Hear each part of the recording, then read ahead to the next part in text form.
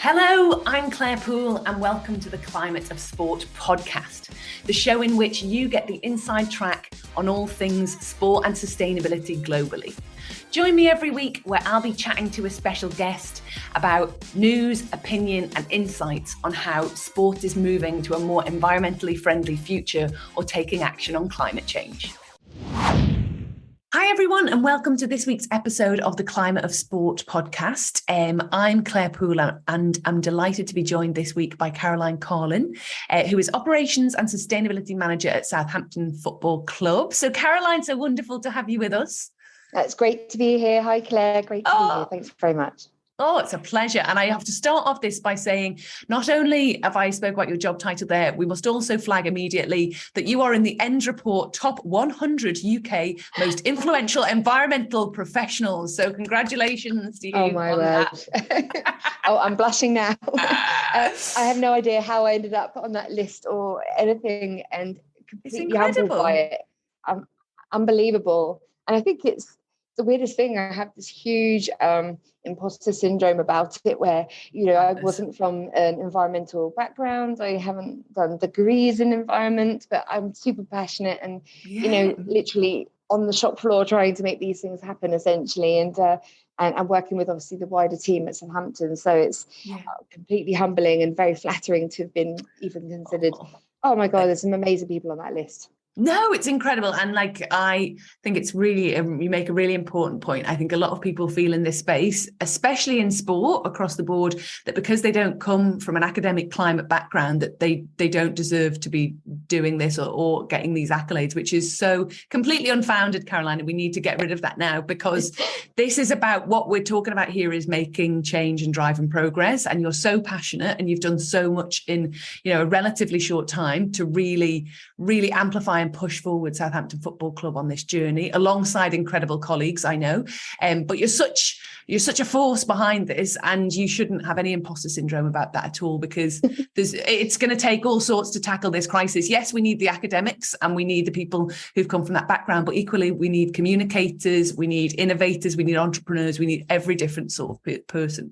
So before I embarrass you any further, why not let's tick off from that starting point to just hear a little bit about you and your background and sort of how you find yourself in this incredible role at a Premier League football club. Well, thank you for the kind words. I really appreciate that. So I actually came from a fitness background, but I was working in health clubs for over 15 years, and I was passionate about the leisure industry as a whole, and sports took a real interest. I was actually working in a health club chain for many years, and I came across into football actually initially in a maternity cover role of the Staplewood campus manager. So this is over at the training ground for Southampton Football Club. And it was applying kind of everything I'd ever done working in a health club industry to a Premier League football club, where actually a lot of the same facilities are quite similar. The day-to-day operations are relatively similar.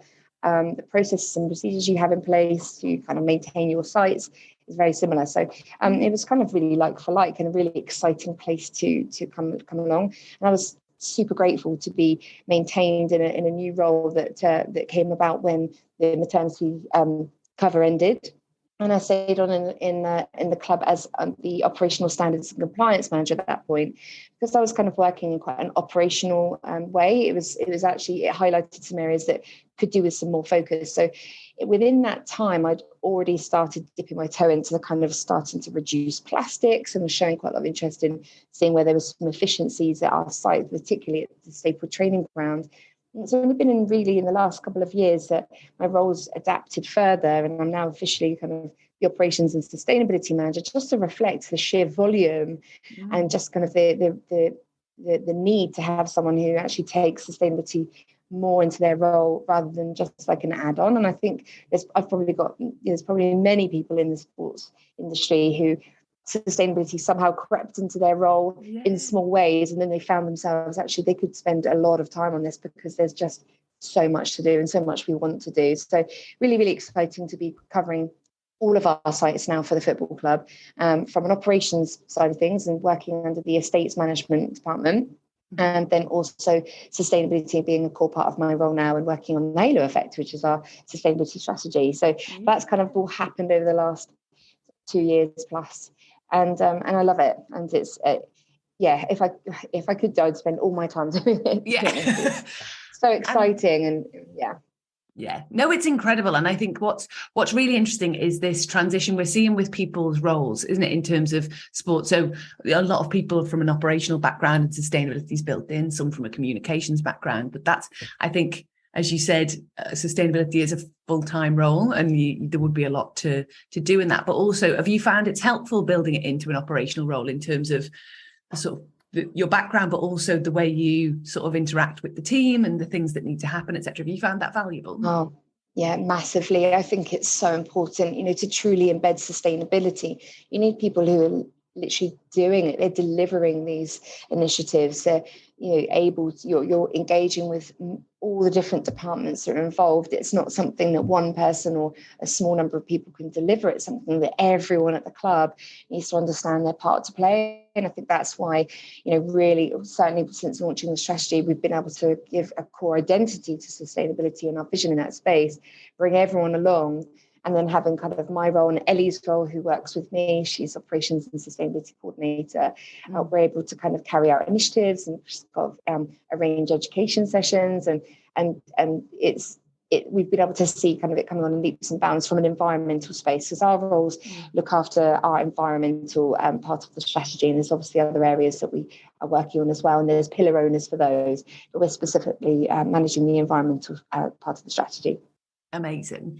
And let's talk a little bit about the journey for Southampton, because the first time we spoke was probably 2018, end of 2018, when we started doing the Sport Positive League stuff, and we were chatting to Premier League clubs about what they were doing. And I think it's fair to say, although there was ad hoc things happening, it wasn't as the incredible halo effect strategy that we see now in terms of that. And I think it'd be great to hear from you, because I think it's wonderful to reflect on this in terms of, it's a really short time ago. It's only 3 years, and you've gone from being quite low level ad hoc to something incredibly comprehensive with top level buy-in, an incredible strategy. It's a real focus for the club, etc. And I think hearing a little bit about you about that journey is helpful, because we get contacted all the time about people who are like, we're too late to this. We're only just starting now. So many sports clubs are just getting to start, and they feel as though everyone's so far ahead, and how have they got there? And everyone's been doing it for so long. And I think you've got a great story around how in a relatively short time, you've gone from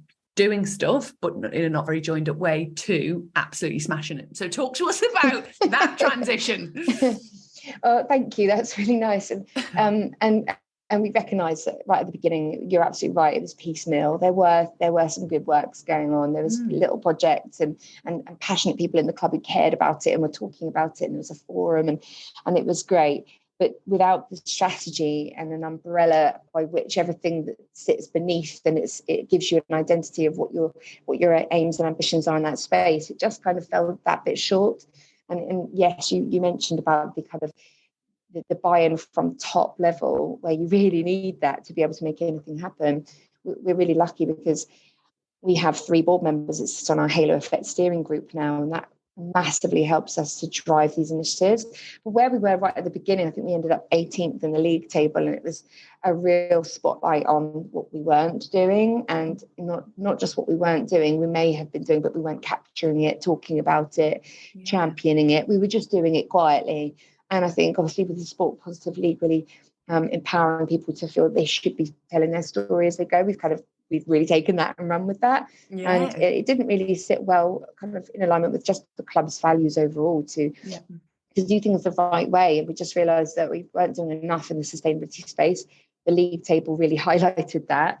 And that was when we joined up as a group, and there was representatives from across the organisation, including board member representation, to talk about, okay, what do we really want to do in this space, and how can we make a difference here? Yeah. And I think using the sports positive kind of matrix kind of questions, it helped us shape an initial proposed strategy template, but it was very, very environment heavy at that point. Yeah. We did have some feedback from kind of partners that we talked to and people that we trust and who were doing well in this space, and some of the network that we were starting to build at that time, which is crucial, and really had some really great feedback about you could be more ambitious as a club. You're already doing some fantastic stuff in the social responsibility space. And there's already some great work with your corporate governance. This is all sustainability. This is all about doing the right thing. And we were like, yeah, you're right. And I think that just was a light bulb moment. We really appreciated that sort of blunt feedback. You're not being ambitious enough.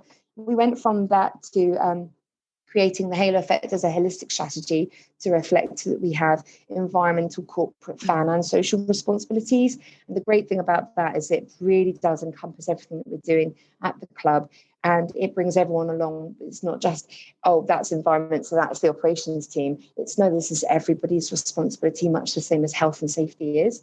And now we have, of the 4 key pillars of the strategy, we have pillar owners who take responsibility on reporting and feeding back into the group. We meet every 8 weeks and we talk about how we're progressing and what the challenges are and where we need additional support. It helps us understand what kind of budget needs there are. And again, we have that sort of top level management from the board members on that group, really steering it and really supporting kind of where we're going to need that extra backing. And so I think that having the strategy is I think it's just been quite empowering. It gives us the context of the work we're doing. I tried some bits and bobs with plastics before the halo effect, and when we first spoke, and I didn't have this kind of really sort of the role that made it really clear that that's what I was doing. We didn't have a halo effect strategy. We didn't necessarily have board buy-in at that point because it just wasn't on the agenda. And so trying to instigate kind of change in behaviours about reducing plastic use, but with no backing, no context, it meant that it wasn't necessarily met with complete buy-in. There was some resistance. And I realised now, having gone in like a bull in a china shop, that was what was missing. And I had to back up a bit. And we went back and revisited those projects since the halo effect. And everything's so well received now. Everyone understands what the vision of the club is. It's a core part of our identity now. I think we've built quite the reputation around sustainability. Every conversation with partners includes sustainability. So it's really exciting and we're really proud. But definitely we started at the bottom, that's for sure. and we're committed now, committed to it. Yeah. And I think it's really important. It's a really important part of the conversation because I think you can't help where you start from, but what you can help is how you move forward and how you get behind that. So in terms of that, the progress that's been made, and I think it's great to hear the sort of key elements of being in this much stronger position now are attributable to having that strategy in place so that everyone's across it, having that top level buying, allocating resources in the right way, but also that, as you said, it filtering across every part of the club, so important because your athletes, even the footballers, you had Katie Rood playing for you. She was very visible ambassador. You've had the men's first team react in media coverage, etc. to it. So that's another thing as well that we need to see more of in terms of definitely the athletes and the players getting behind it. Yeah, definitely. And we've delivered halo effect training sessions to our academy players as well, because we just see these are the voices of the future. We want all of our players to feel comfortable talking about sustainability in this way and to feel that they can talk about it to whatever level they're comfortable and they have enough information to be able to talk about their interest in it or what the club's doing. There is, I think, still a bit of a fear about being called a hypocrite if they're not absolutely perfect. And that's something I kind of really want to help them through and just see that using their voice in is for such an important topic is still important, and to not fear about having to be perfect environmentalists. I think everything that we do as a club and everything that they do as players on all of our teams is absolutely better than doing nothing at all and ignoring the problem. So I think it's that sort of empowerment of using their voices in such important topics. Absolutely. And that idea of bringing everyone around this as well, I think, is really important, and that's what you've done with the halo effect. So just talk a little bit about that in terms of because I think there's so much there in terms of what you've done with the halo effect, but some of the things that stick out to me in terms of, especially when you were getting started, you work with local universities in terms of getting the data and metrics, where again, I think is a really good takeaway for organisations where they say, we want to get started, but we haven't got the buy-in to allocate resource to this or bring in consultants or, experts, advisors. We're not there yet. So I think hearing a little bit more about that would be great. And then also how you're working with other local partners in terms of aligning with some of the goals that you've created. So tell us a bit more about those.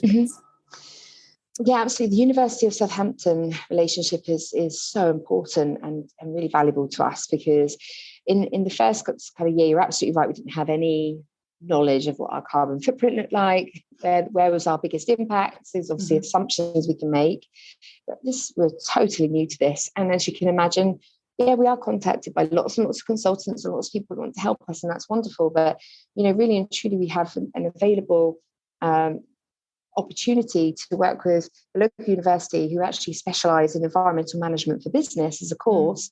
Why wouldn't we work with this university to start really understanding, what actually is the club doing in terms of the impact on the environment, and where are the opportunities for improvement? Perhaps identify some low-hanging fruit, if I'm honest. I think that's where everyone needs to start at the beginning. Totally. Just gives you a bit of motivation that you can already start making positive changes without huge, massive investments and infrastructure changes straight away. So we work really well with their professor there, Professor Simon Kemp. He's introduced us in the first year to a sustainability intern who worked with us for around 6 to 8 months, calculating our carbon footprint, focusing predominantly on scope 1 and 2 and dipping a little bit into scope 3. But oh my goodness, to get the data for all of that when you've never used the data in that way before was challenging. And I think it was a great start, and that was a good way to start embedding into the club. We're going to be looking at this information in future on a regular basis, and we're going to be using it to interpret it for this purpose. So it just enabled our staff to understand we need to start making sure we're storing this information and it's readily available for use, and what platforms do we need to have it so that we can read actually where are we every month. And then in the second year, we've just finished working actually with our most recent sustainability intern, who's just passed with first class honours. He's amazing, Chris. Incredible. And he was focusing particularly on player travel, actually, because we recognised from the first study about the impact of fan travel, and we've been doing quite a bit of work on that in the background since and continue to do so. But one thing we didn't really delve a bit deeper into, and perhaps it's a difficult one to touch, is player travel. But we recognise that we've got players moving around the country and further afield. So we need to really try and quantify that. So Chris has been calculating the carbon footprint of the men's and women's first team and the B team, and just looking at kind of the player movements, the kit equipment fans, all the supporting staff, the hotels they stay in, the food they're eating. There's so much to consider. And even then, with both research projects, there will have had to be some assumptions made, because being able to quantify that entirely accurately is going to always be very difficult. But it's given us a real sort of taste. And it's not with a view to making loads and loads of changes, because ultimately it's a balance. We need to look at the impact we're having on the environment, and where are there any opportunities to make some reasonable changes and adjustments to reduce that, rather than relying on offsetting everything and not looking at it. But we do accept that there's unavoidable emissions there for performance reasons. Are we going to have the best premium performance on the pitch if we've made the players get on a train for many, many hours, or a coach for many, many hours, or not go up the night before? Not necessarily. We have to think about recovery times. We have to think about nutrition. We have to think about so many things to make sure that we get absolute optimum performance. That's the core of our business. So how do we do that where there's reasonable changes we might be able to make, and anything else we understand to be unavoidable emissions? And therefore, when we look at reducing all of our impacts where reasonably practical, but any of the others we can't, then that gives us an understanding of what we may need to offset down the line as well. So I think that's just a really, really important bit of research. So both our interns have presented to the entire sustainability leadership group, the kind of steering group, and it just gives us all a real greater understanding about what we're doing and what impacts we're having. So I think it's super useful. And then with regards to kind of other partnerships, we've got a great relationship with Final Straw Foundation, who's a local charity, actually, and they raise awareness of plastic pollution in the ocean. They carry out lots and lots of beach cleaning activities and champion this. They go into schools talking about it and have lots of amazing initiatives. So we work with them on all our staff and player beach cleans. And they were actually present at a greener game that we hosted recently. I'm sure we may come on to that. We also work with the Hampshire and Isle of Wight Wildlife Trust, because we are ambassadors of their Team Wilder campaign, which is to connect 1 in 4 people with nature. So again, we've been working with them on some great initiatives, and they've delivered training to players as well as part of the PL Inspires Challenge, actually. on biodiversity, and they've delivered education sessions to staff about biodiversity loss and the impacts of climate change at our recent Halo Effect Week of Action, which was leading up to Earth Day. So there's some really great things there. And then we're members of BASIS, which has been a fantastic sort of network and opportunities for us to kind of meet other clubs and venues, not just football, but that are facing similar challenges that we do. You have people coming to your venues, you've got players or athletes moving about the country and further afield, and you've got emissions, you've got waste, you've got food, you've got plastics, you've just got lots of things to consider, and we have the same sort of challenges really. So that's been great. But we signed up to the Green City Charter, which is the Southampton City Council's net zero pledge, actually. And we were a founding signatory of that. And so much of the Halo Effect environment strategy is based around the commitments we made with that. They're also pretty well in alignment with the UNFCCC that you mentioned. So just enables us to kind of have some real focus areas that we then shape our strategy around. And all of the key initiatives are linked to that. So that gives us our why are we doing this? And then when we try and measure what we're doing, we always go back to those pledges that we've made. So it's not just a tick box or a signature and then you carry on business as usual. We're signing this and we mean it, and this is what we're doing to achieve it. So that's they've all been really important as part of this journey, I would say. Yeah, and that's, I think, the idea in terms of sport, where it sits in society and where it sits in the community, etc. The idea that sports organisations can do this alone is just too difficult. I think there's the whole basis of it is partnerships, isn't it? Whether it's catering, whether it's waste, whether it's water, whether it's your suppliers, whether it's sponsors, local organisations, universities. I think I think that's a really important sort of message coming through from what you're talking about as well, Carlin, in terms of how much more difficult it would be to get to where you are if you tried to do this by yourself, as an organisation.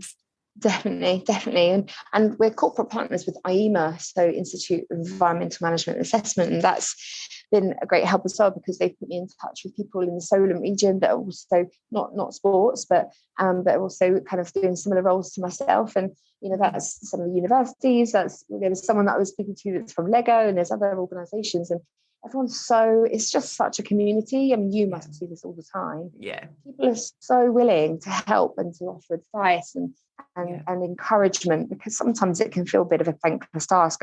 When you're putting your hands in bins fishing out reusable cups that have gone in the wrong bins, and you think, oh gosh, this is just such a battle. But it really helps you keep focused on we're doing the right thing. Let's just keep going, and that those sorts of linking you up with other people trying to do the similar roles to you and other organisations is a real help, I think. Absolutely. And I think now as well, you make a really important point that we do hear a lot. Now you've got Ellie and you've got a coordinator helping you there, which is incredible. And you have, the two of you at a reasonable size organisation. But a lot of people are by themselves, and it can feel quite a lonely space as well, where you're you're constantly trying to get people on board with something. Maybe they're super enthusiastic, maybe they push back, but it's always dialogue with all different departments, isn't it? You can't just sit there and do your job. It's about even internally, the internal stakeholder engagement and getting people on board and driving things forward and working with partners. It can feel overwhelming. So I think that's a really important point as well with those partnerships where and the wider community, that there are people there to help and to give ideas to and chat to you about it, because we don't want people to feel isolated within this as well, because it can feel a little bit like that sometimes. It can. I think it's helpful for me that I have the dual role where I have the operations and sustainability role. I'm kind of like infiltrating in so many areas where I'll be, I might be working on a project, I might be working with contractors, we might be talking about, some potential works we're doing, and I'll be in there going, what about energy use? What about waste? What are we doing with this? Oh, I think we could reuse that. And, and so I feel, and sustainability is also on every agenda now. It's on our senior management agenda, it's on the board agenda, it's in the operations agenda. So everyone now discusses it. It's not in any other business. It's not an add-on or an afterthought. It's there. And that's part of what we're doing every day. But me being in the operations role, I think and Ellie being in operations as well, enables us to include it in the conversations, and with our, catering provider, our cleaning provider, our facilities management provider, we're able to make sure that we're constantly reminding and suggesting and supporting that sustainability needs to be considered. It can't be an add-on that needs to be considered from the outset. So that helps, I think. If I was exclusively sustainability and I may have been siloed in any way, I probably would find that challenging. Equally, if I didn't have such amazing sort of support from kind of the board level who are making sure that everyone at senior management level is completely across this and understands. And I regularly present to the various management groups about an update of where we're at and any initiatives coming up. I think without that integration into the whole club, it may have been more difficult to make such improvements as we have. So, I'm grateful for that, that's for sure. Yeah. And another partnership which we want to talk about as well is the one that you, even with other clubs. So you and Arsenal decided last season to do the Greener Games. So talk to us about that. How did that come about? And talk to us about some of the initiatives you undertook. Oh, it was a great experience. And definitely, I think that clubs should work together more on this sort of thing. We're competitors on the pitch, but when it comes to the environment, we all want the same thing, don't we? So working together, I think, is really powerful. And obviously, there was the Sky Zero game. That was a great start to that sort of concept. And Norwich did a similar activity as well. So, it wasn't by any chance, a groundbreaking, brand new thing. But it's just a further step in the right direction towards football clubs showing that the power of working together and sharing these messages. So actually, it was Arsenal's idea. Mike from Arsenal, who I speak to on a regular basis, he's great sustainability manager for Arsenal and been doing a great job there for many years. He contacted me and said, we're looking at Earth Day. And actually at the time we were already looking at our Halo Effect Week of Action for Earth Day. Yeah. And he said, we're playing each other at your stadium. Do you fancy doing something about the environment together? Because we're both members of BASIS and what have you. Both signatories to the UN Sports and Climate Action Framework. Absolutely. We're on the same page. Mike and I, super passionate, always want to make a difference. And, he suggested it and I was like, count us in. And of course, had to make sure that I had buy-in from our side and everyone was really keen. But we really need to think about kind of what are we trying to do here? And for us, it was all about making sure, we could make sure that everyone understood the importance of the environmental sustainability issues and understanding a bit more about, issues that are happening on our doorstep. We're right next to the water. We're also very near to the forest. There's lots of things that are just on our doorstep at Southampton, to raise awareness of that. And also just an opportunity to highlight what the work we're doing with the Halo Effect. Because I think up to now, it's been very behind the scenes. The main thing we've involved fans in is the reusable cups that we've been doing for a couple of seasons now. And so it was a real call to action to fans, I must say, and being the host venue, even though it was Arsenal's suggestion, we obviously had to take on quite a lot of the lion's share of some of the initiatives. So from Arsenal's side, they arranged for their players to arrive in biofuel-powered coaches. Their fan travel was subsidised, so people left the cars at home. We both recognise that the travel of the supporters is just so impactful on our carbon footprint. Our environmental impact is huge. We have a 64% single occupancy vehicle percentage. It's high.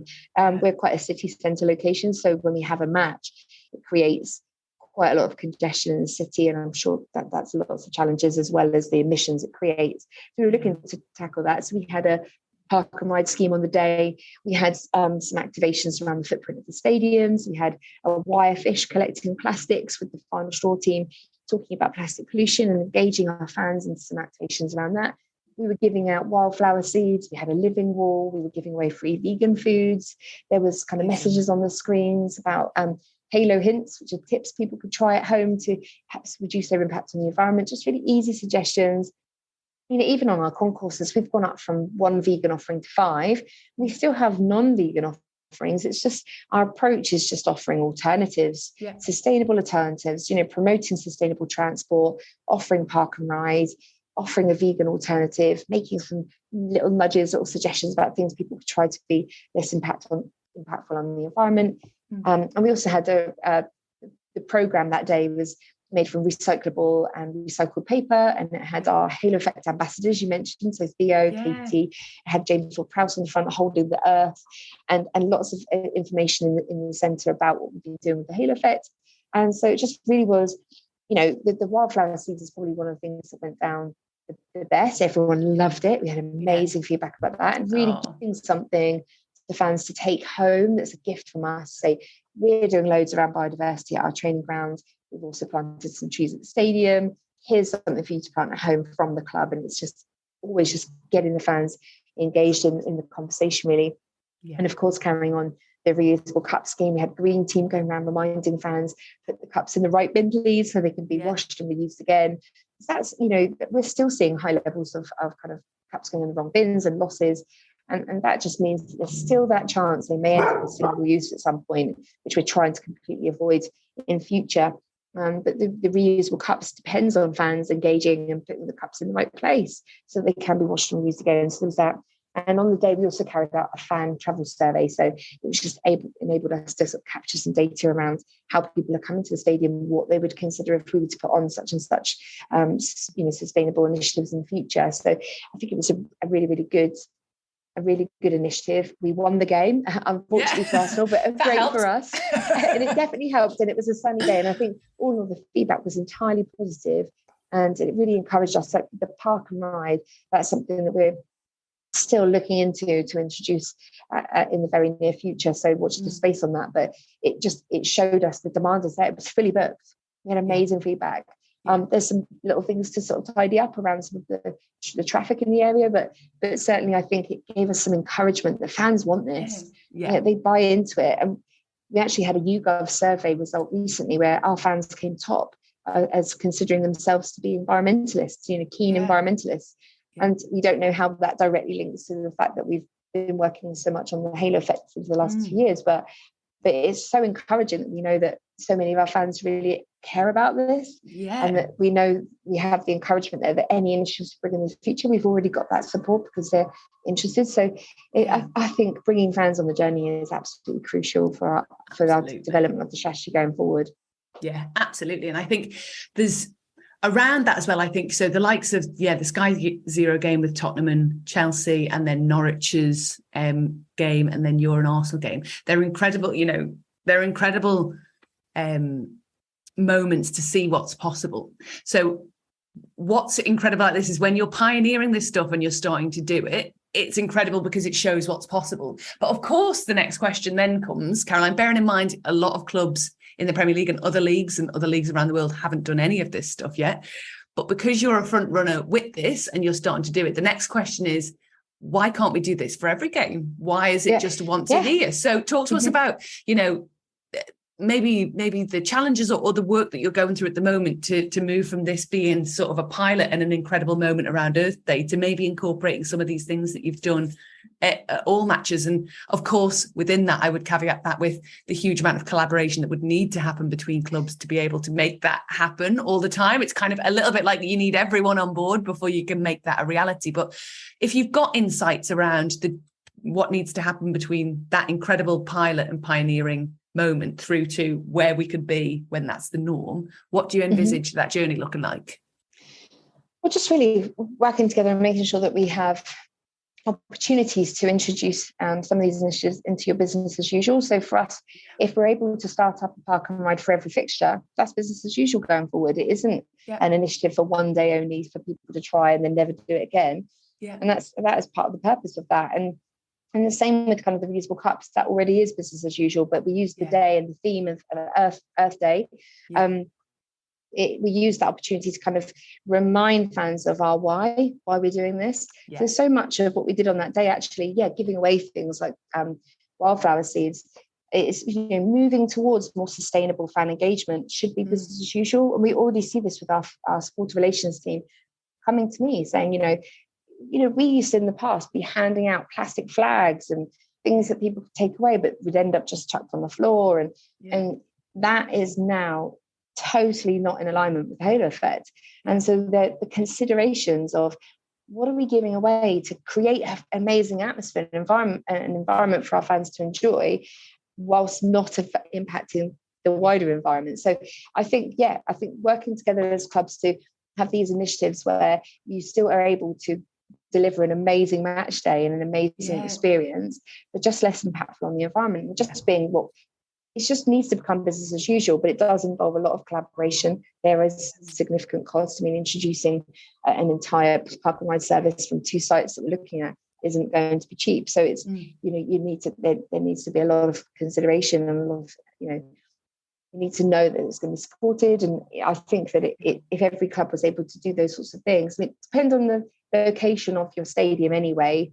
Some stadiums are really well catered for by the local provisions. So if you've got a tram stop or a train station right outside your stadium, it's much simpler. So I do think there's lots of movement there, but definitely clubs working together more on these positive messages, that it would become it. I think the greener game was very much more about environmental awareness rather than today we're going to be environmentally friendly, but tomorrow we're not. It was 100%. More about some of this stuff we're already doing and we're telling you about it, because a big part of the UNFCCC and a big part of everything we've said about in the Halo Effect is about telling our story all the way. We don't always get it right, and we hold our hands up to some of the things, but we like to champion and promote all of the work we're doing, especially even like the small stuff, because it isn't just about stripping out all your lighting and putting LEDs in. Actually, there's some little pieces of work going on. Like we've just put 2 water fountains in at the Staples training ground, so that by the edges of the pitches, they can just refill a refillable now. And actually, the reliance on single-use plastic bottles was still there, because you could fill up your bottle in the building, but if you're out there for a 2-hour session, you might need to refill. And if there's no refill stations, that's where the reliance on plastic still was. So when you review that and go, why are we still hanging on to these plastics? We've made such progress, but we've still got pockets of plastics being relied upon. Well, it's down to us as an operational team to make sure that we facilitate those changes. Because actually the want to do better is there. But if you haven't, it's the same with separating our waste. If you haven't put the facilities in place to make it easier for fans to separate their waste, if your recycling bin is over there and your general waste bin is there and your cup bin's there, well, if someone's going back out into the bowl after half time and they've got three items of waste that are different types of waste, they're just going to put it in the nearest bin. That's why, for operationally, and again, it's really helpful to have the dual role. We work with our cleaning teams and our catering teams to make sure that the waste stations are all together. It's clearly marked. We've got flags pointing, this is where your cup goes.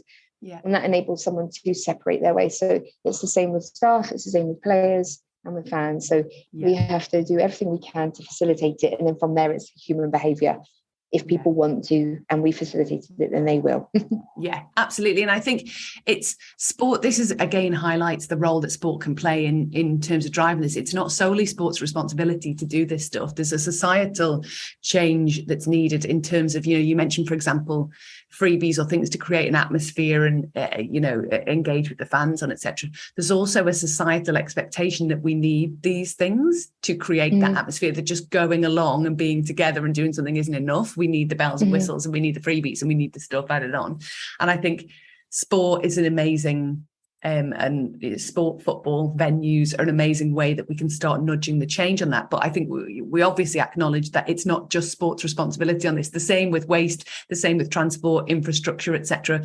We need it to be normalised across businesses, across towns and cities, across our own infrastructures, wherever we are, that this is the norm now, that there is water stations wherever we go and we can refill. It's not just a one-off, because until it becomes, and it's not to take away the responsibility from sport, because we have the responsibility and we're doing this stuff, but also people will be more likely to carry reusables all the time if they know wherever they go on the day in town, when they go in and do their shopping and then they pop home and then they go to a restaurant and then they go to the game, that they're going to be able to refill that wherever they go, for example. Or there's so much around that and sport, the power of sport to leverage this change as well, with fans, with suppliers, with sponsors, with their local councils or their towns and communities, with their public transport options, etc. There's the role that sport can play. But I also think it's important to note that it's not just sport's responsibility. It's not just Southampton Football Club's responsibility. There has to be responsibility from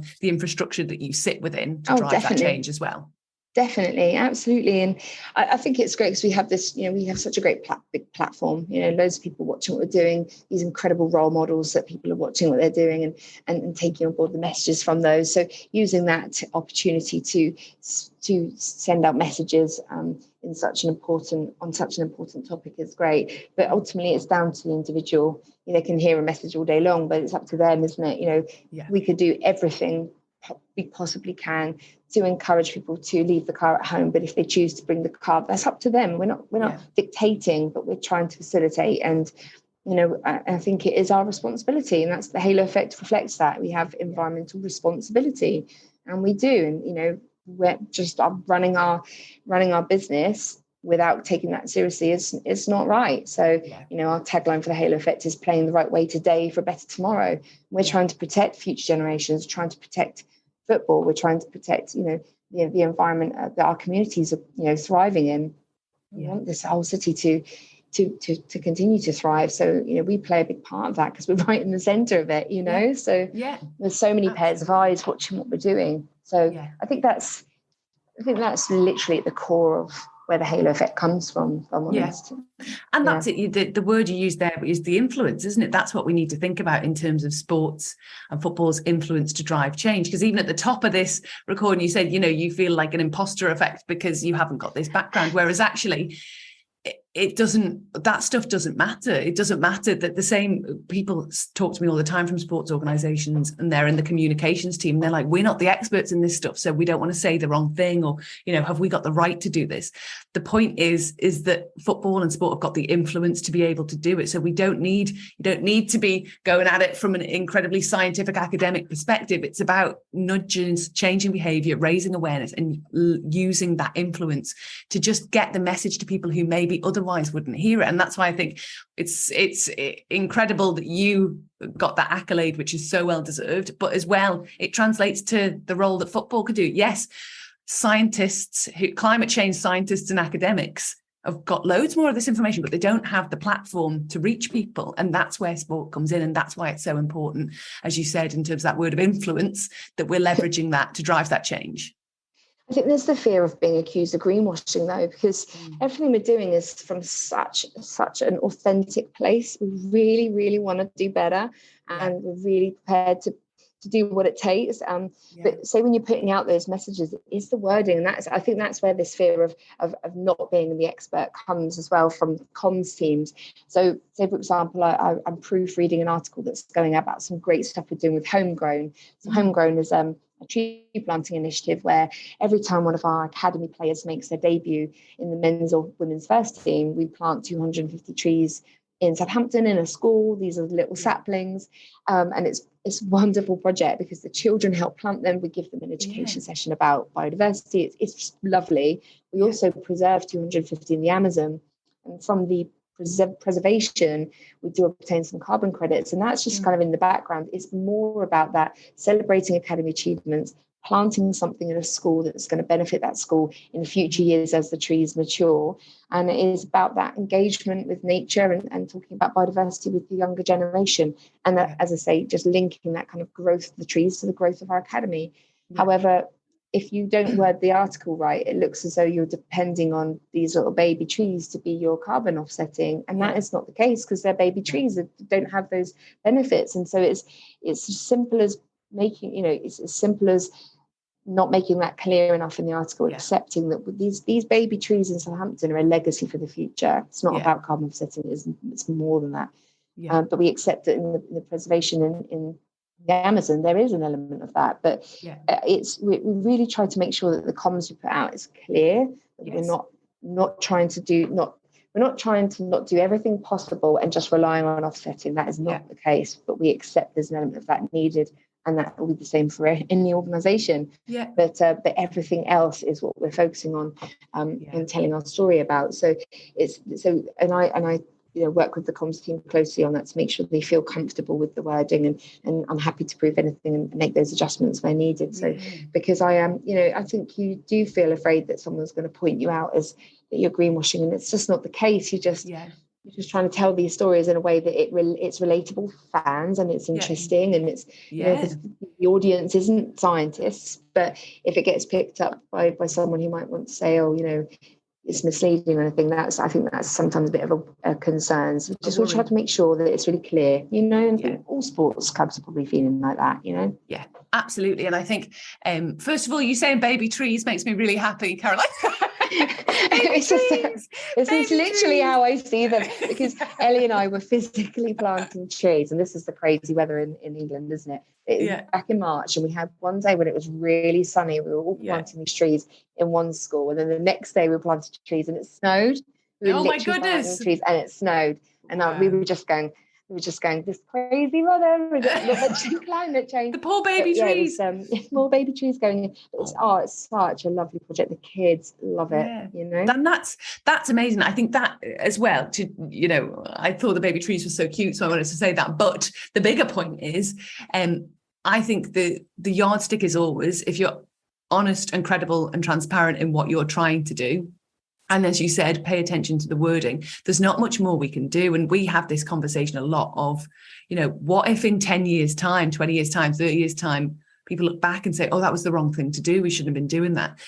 We can only work with the information we've got right now. We can only work with the opportunities that are available with the best knowledge that we can access currently. And my thoughts on that, which are very simplified, but I stand by it, is what's the alternative? That we're paralyzed because there's never going to be a downside to planting trees. No, they're not going to be carbon sinks for 30, 40, 50 years, but you're not doing it because of that. And you're doing it in other ways. And also you've got a huge strategy and campaign to reduce your impact. And as long as you're reducing and not just relying on offsets, what more can we do? So I think there's two elements to it. I think we can only do what we can do with the best knowledge we've got. Awareness is, as long as it's transparent and authentic in what we're doing, we have to take action. We can't be paralyzed by, in the future, there being a better alternative that we haven't got access to now. So we have to work on that basis.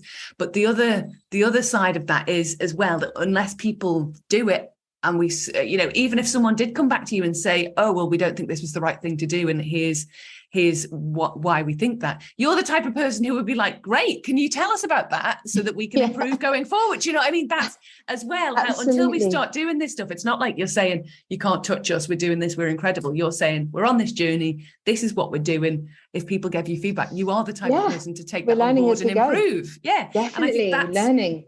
What more can we do? Literally, what more can we do? Yeah, and with the tree planting in the schools, it's because we've got such a great relationship with the Southampton City Council and their tree planting team. They visit the school with us. They do a survey. We talk about responsible planting, of course. What are these going to be when they're big? And we're looking at, okay, where needs privacy screening? Where is this one of the schools next to a hugely busy road in Southampton, a very, very central road that is massively busy. So, we're looking at noise absorption. We're looking at, protecting the children from that as well. And we talk to the children about habitats and, it's there's so much more to it, even though the carbon offsetting piece is important. I think there's so much more to the benefits of these trees, filling these gaps in hedgerows, because some of the species we've planted have been hedgerow species. So, there's some really lovely hawthorns gone in, for example, some just great species that have been planted in the last couple of years. Yeah. And it's a richness of experience as well. We've done that with entities over the years. I remember the first time I did a tree planting was in 1999. It was the Millennium Wood, and we planted some trees. And again, like those trees that you've planted, those kids who planted them with you will be bringing their kids there in 20 years time, 30 years time, and they'll be like, we planted them, and look at the site. There's, as well as the environmental benefits, there's kind of cultural and educational and much wider benefits with that as well, isn't there? And that's incredible to hear about the work you're doing. Yeah. So in terms of, we've heard loads about all the incredible work you're doing, but where, just to finish off before we finish the podcast, I'd love to know if there's anything you're doing next that you can talk about that we might be looking forward to see, but then also kind of how you feel we are with the industry. From your perspective, I'm not expecting you to talk about the whole world and where things are, but from your place within a football organisation in the UK, where do you think we are on this journey, and where do you see it going forward as well? Well, I mean, for us, certainly more opportunities to find more efficiencies in our buildings. So working with the estates management team on continuing to make sure that our buildings and any future developments are as efficient as possible. So that's, our stadium is 20 years old. So that's always a work in progress for us to make those upgrades. And then, as I've mentioned earlier, fan travel and just travel in total, continuing to monitor our staff, fan and player travel stats so that we can continue to find opportunities to reduce the impact from that. So the initiatives that I've mentioned in the future, I think, is going to be our biggest focus at the moment. And I think, continuing on to look at kind of renewables, we already use 100% renewable electricity, but the opportunity to even generate our own is something we need to explore further. And that's a really exciting kind of prospect. I jotted something down here, actually. I think we're going to continue to and green up the stadium. We planted 20 trees at the front of the stadium, and our stadium is in a grey area. There's a networks directly opposite. It's a very industrial area, and for us to even have these trees at the front and in the fan zone has been a really lovely addition, and we're just going to continue that on and just try and green up the space a little bit more, because I think that's just makes it a nicer environment for people to spend time in, but also again just showing our pledge to that Green City Charter I mentioned earlier, just make it a cleaner, greener, more sustainable city, as well as all of the lovely work at the training ground with the biodiversity, with the log pile houses and the wild hedgerows and the we've got vegetable garden over there. So those sorts of things are just going to continue on. I just think finding opportunities wherever possible to just improve, as I say, improve our sites to be more environmentally sustainable, and meeting the demand as well. We've got several players saying, I'm buying an electric car, I'm already putting more charging points in. So those sorts of things, we're having to keep up with those, because building the infrastructure to meet those developments is going to be really key for us going forward. So that's, I think, where we'll be focusing on in the next couple of years. Nice. In terms of the whole industry, really, I think there's a really great opportunity for the football clubs in the league to work together more. So I'll be looking forward to seeing what happens there. There's a new head of sustainability, perhaps starting with the Premier League. So we look forward to seeing opportunities for us to work together more and just really build that working group and that network, and how we can perhaps buddy up. I really like working with Arsenal, and we've had some great support with Brighton. They came and visited us, we visited them, and it's just such a useful resource, I think. So I'd like to see that more. I'm hoping that sports in general are just coming round to the understanding that there is such an opportunity for sports voice to be heard more. It's great to see more of a presence at COP26. So I think what I'd like to see for the future is more of a presence by sport there. The sheer numbers of people that are watching at the sporting events. I mean, look at the numbers for the Women's Euros now. We just hosted the Women's Euros games here, and amazing response to these games. And just think, just what fantastic platform to talk about the environment and have everyone on board. And the younger audiences as well. This really matters to our younger audiences also, and I think that just way of connecting with them, I think this is going to be really crucial. And I think also making sure that clubs are working with partners that are in alignment. That will be a really important direction for sports to go in, is that you're not on one side of things saying, oh, we care about the environment and we're doing this, this and this, but then potentially working with partners that are in contradiction to that. And I think that's challenging. And I think that it's going to be difficult to always get that right. But that is about being brave and really being clear about your strategy, and having those really important conversations about, okay, club cares about this and is determined to make a difference. And therefore, working together, we also need to be in alignment on that. So that's the direction I think sports needs to go in. Nice. And that as well, to your last point there, seeing it as an opportunity where you have strong, sustainability ethos, that is going to, as we've seen with Forest Green and others, that is going to attract commercial opportunities in terms of organisations wanting to align with sports and football clubs that align with their own ethos around ESG, etc. So the opportunities are there. And I'm sure we'll see you being a continued vocal advocate for driving this forward as well, which is absolutely incredible to see. I think it's hard to shut me up sometimes. So sorry about that. I do ramble. No, I love it. We love it. But it's passionate people like you that make stuff happen. So in terms of the energy and the passion around it, it gets other people excited. It's infectious. And then people think, oh, maybe I could do more. They've made that sound, interesting and feasible and exciting. So maybe I'm going to see what we can do here. So I think you're an incredible advocate for the industry and for the club. I'm sure they're very, very happy to have you there. And I'm so looking forward to seeing what's next for Southampton and for you in terms of this journey. And thank you so much for taking the time to join us on the podcast as well. Oh, you're very welcome. And I'll be looking forward to seeing you at the Sport Positive Summit soon. Yes, absolutely. You're a wonder. You even got a plug in there for me. You can do no wrong, Caroline. You can do no wrong, my friend. Right. We're going to leave it there. So everybody, thank you for listening today. That was Caroline Carlin, Operations and Sustainability Manager at Southampton Football Club. And we look forward to seeing you next week on the Climate and Sport podcast.